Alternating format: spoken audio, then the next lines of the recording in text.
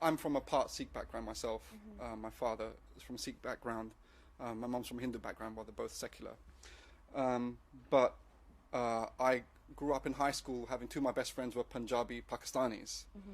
And there's so many complex strands to this, so I'm trying to just tie it all together. And and me growing up, I was at college in the period between 94 and 97, which was, sorry, I'm going to put this back, which was really, I think, the period where some of the fundamental nails into the coffin of what tenuous unity that we had as Muslims and Sikhs really ended. The political generation before me, I suppose, someone like Arun, for example. Sorry, but but I think and Sakib back there as well. You're not escaping from that, brother. But they're of the generation that saw much more the unity and struggle of our communities, because we were all facing the fire of white supremacy and racism in this country. We were all attacked by skinheads. We were all discriminated by institutional racism, and that forced upon us really a unity.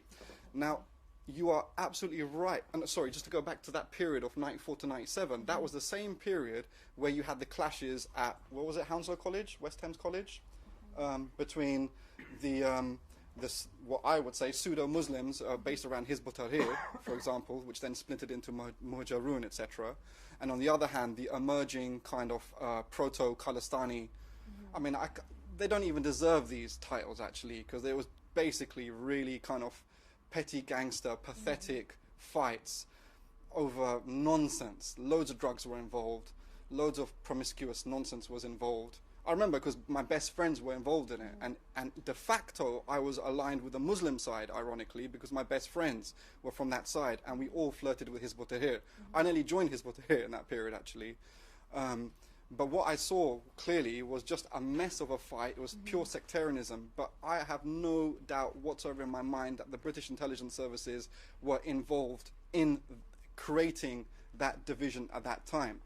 But what I saw clearly was just a mess of a fight. It was pure sectarianism. But I have no doubt whatsoever in my mind that the British intelligence services were involved in creating that division at that time, because it was a massive threat, frankly, for this government and for the British state to see black and Asian people uniting in their common interests.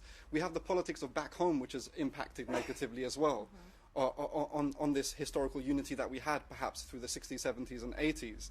That the emergence, the demise of the left democratic and socialist movement in India and the rise in Punjab of the frankly fascistic, anti-democratic, deeply sectarian, communalist, Khalistani so-called movement emerged in that same time. Similarly, in the Muslim communities, very sectarian movements emerged, for example, Hizb ut-Tahrir.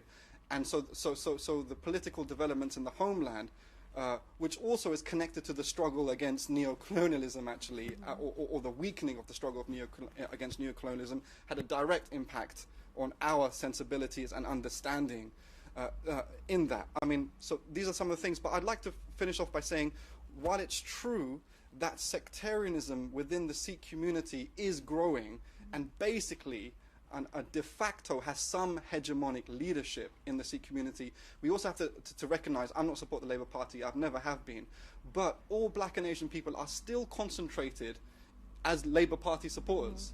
So if you go to Southall or Handsworth or any concentration of black and Asian community in this country, they are not voting along communalist sectarian lines as of yet, although there's complexities around that as well. So the point I'm making is that still the political power, if we have any in this country, is still predicated on some weak and tenuous, but it exists, some reality of political alliance potentially and in actuality. So I think really I think the challenge that remains for all of us in this room and those who are interested in this in these strategies is to really draw upon these positive kind of histories and legacies.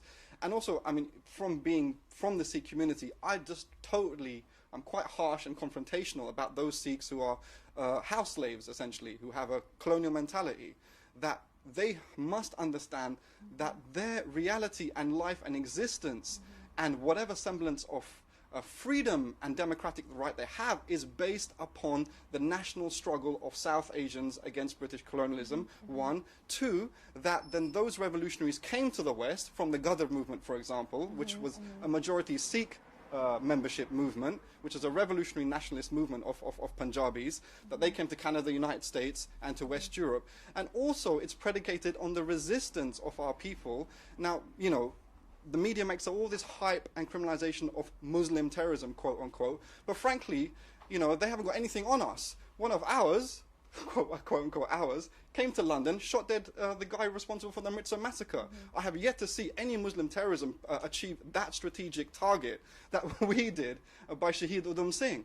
Who's Shahid? You know, Shahid Udham Singh is our great martyr who has been actually now snatched away, or there's attempt to snatch away from the mad sectarians of the Khalistani movement. Similarly, Shahid Azam Bhagat Singh, our greatest martyr from undivided Punjab, was again a revolutionary nationalist and socialist or anarchist or whatever. So we have a lot of very positive history to draw upon, and to reclaim back that which has been co-opted by these nefarious forces in our community. So that's some of the things I wanted to put out there.